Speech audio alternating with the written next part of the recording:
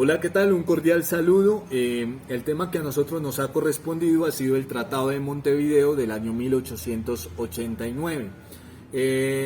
Partamos del hecho de que este tratado surge en el marco del Congreso Internacional, en el Congreso Sudamericano de Derecho Internacional Privado, en donde los firmantes iniciales de este tratado fueron Argentina, Paraguay, Bolivia, Perú y el anfitrión Uruguay. El tratado en sí se compone de 71 artículos, organizado en 14 capítulos y uno de ellos de disposiciones generales. ¿Qué es lo que busca este tratado? En sí busca dar solución a ciertos conflictos que se presentaban en leyes en materia civil, frente a muchas situaciones de incertidumbre jurídica que había en el momento. El tratado lo que busca es dar solución certera a muchas situaciones en materia civil. Sin embargo, Colombia hasta el año 1992 ratificó este tratado internacional mediante su ley 33, en donde precisamente se evidencia que Colombia no solamente había hecho unos ajustes normativos en este año, sino que esto ya se miraba incluso desde el año 1991, también en el gobierno del presidente César Gaviria, en donde surge pues, la Asamblea Constituyente, incluso se evidencia también ese ajuste constitucional que se presentó en nuestra Carta Magna.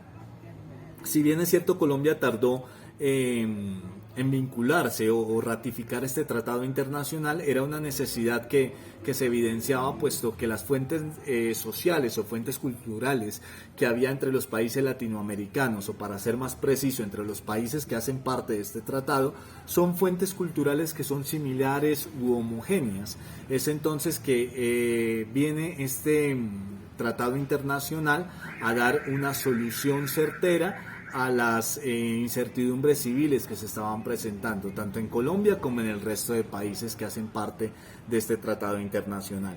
Es entonces como en esta sustentación hablaremos de los diferentes artículos que hacen parte de este tratado internacional y cómo ellos presentan soluciones jurídicas frente a las diferentes situaciones civiles que ya se estaban presentando desde antes, y cómo pues el tratado internacional viene a plantear la solución ante las diferentes situaciones civiles que podían haber existido. Entonces sigamos con los siguientes artículos a tratar.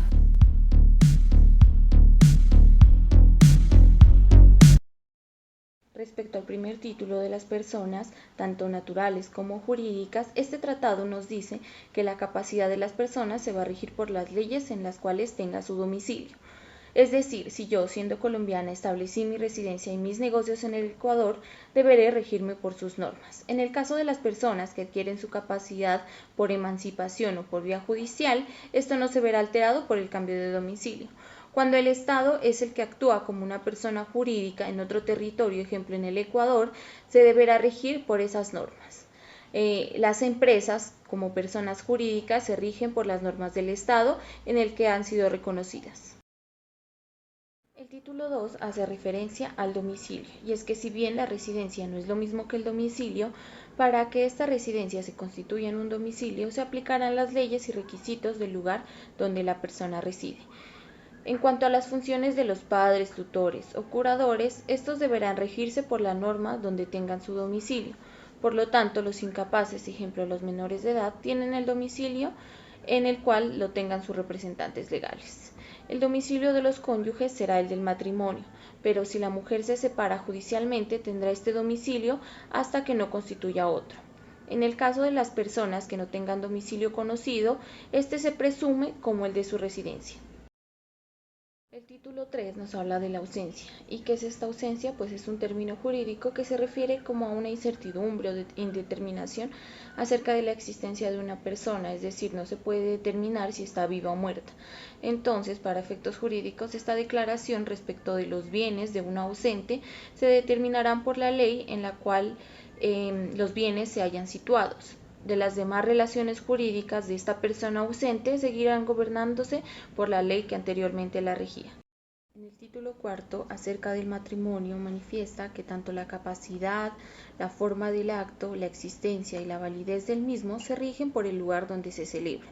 y los estados no van a estar obligados a reconocer este matrimonio cuando se vea afectado por alguno de los siguientes impedimentos: la falta de edad de alguno de los cónyuges, requiriéndose como mínimo 14 años para hombres y 12 para la mujer; el parentesco en línea recta por consanguinidad o afinidad; el parentesco entre hermanos legítimos o ilegítimos; haber dado muerte a alguno de los cónyuges como autor principal o cómplice. El matrimonio anterior deberá estar disuelto legalmente. En cuanto a los derechos y deberes de los cónyuges, se rigen por las normas del domicilio matrimonial, y si los cónyuges se mudan de domicilio, dichos derechos y deberes se regirán por las leyes del nuevo domicilio. En el título quinto de la Patria Potestad, respecto a derechos y deberes personales, se deberán regir por el lugar donde se ejercitan. En cuanto a otros derechos que se confieren a los padres sobre los bienes de los hijos, así como la enajenación o actos que se efectúen, se rigen por el estado en el cual se encuentren dichos bienes. En el título sexto de la filiación, la ley se va a regir por el lugar donde se celebró el matrimonio. Las cuestiones de legitimidad, filiación, validez, nulidad del matrimonio se rigen por la ley del domicilio conyugal en el momento del nacimiento de su hijo. Siguiendo este orden de ideas, en este tratado de Montevideo, en su capítulo 7, nos habla de la tutela y la curatela. Para esas personas incapaces, tienen que acatarse a esas leyes que se dan en el lugar de su residencia, así también para sus derechos y obligaciones. En el título octavo nos habla de las disposiciones comunes de los títulos cuarto, quinto y séptimo. Trata de esas relaciones personales en cuanto a la patria potestad, también a la tutela y curatela, y tienen que acatarse las leyes que se dan en el lugar de residencia de los cónyuges. En el título noveno nos refiere de los bienes, cualquiera que sea su naturaleza, tendrán que regirse bajo la ley que existen en cuanto a su calidad y enajenabilidad, absoluta o relativa. Por ejemplo, los buques que están en aguas no jurisdiccionales tienen que acatarse a la ley del sitio en donde registraron su matrícula de ese buque. También los buques que están en aguas no jurisdiccionales, que van con mercancía, tienen que acatarse a las leyes, pero del lugar a donde llegan, en los puertos que hacen el desembarco de esas mercancías. En su título 10 habla de los actos jurídicos. El caso de los contratos deben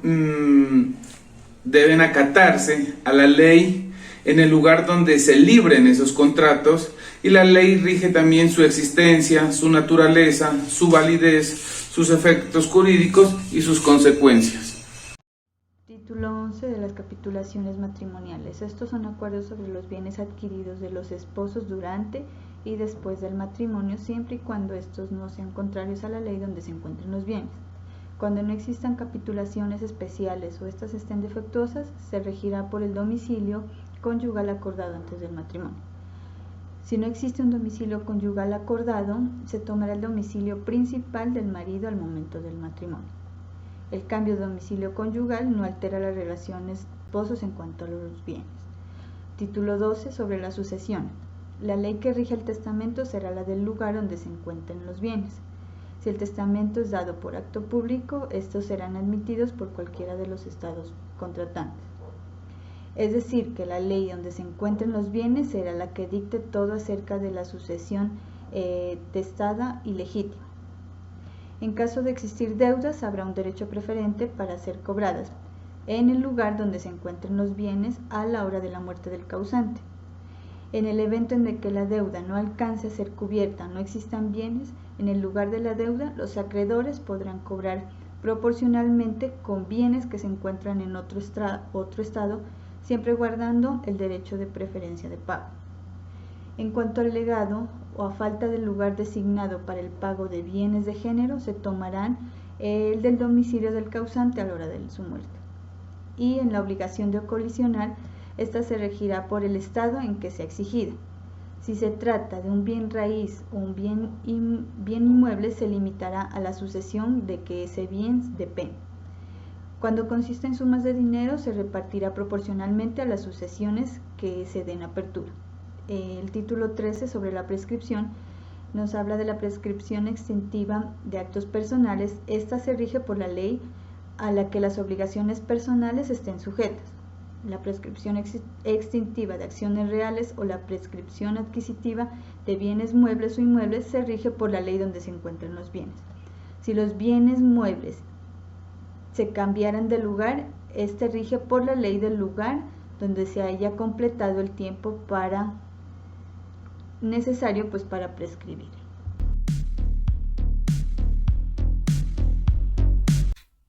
El título 24 del Tratado Civil de Montevideo de 1889 nos habla acerca de la jurisdicción, es decir, esa función de administrar justicia.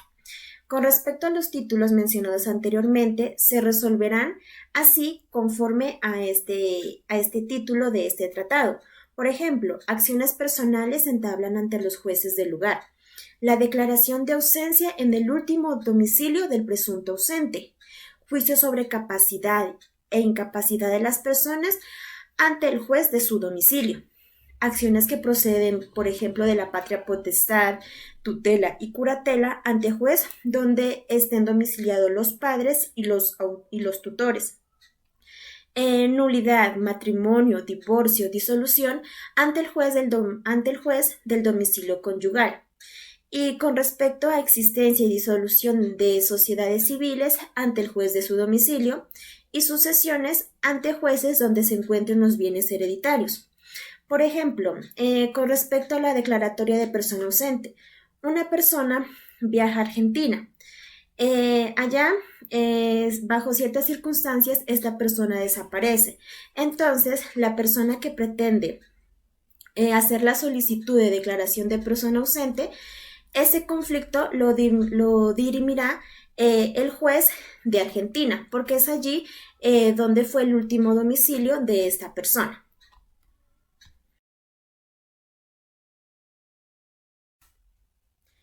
Conclusiones. Tenemos que el Tratado de 1889 hace parte de uno de los 4 tratados que se firmaron en Montevideo como resultado del Congreso Sudamericano de Derecho Internacional Privado. Además, es un tratado que regula diferentes temas y no regula un tema en específico. Así lo podemos ver que regula temas como matrimonio, patria potestad, filiación, tutela, curatela, bienes, capitulaciones matrimoniales, sucesiones y prescripción. Este tratado establece la solución de controversias en materia civil. Muchas gracias.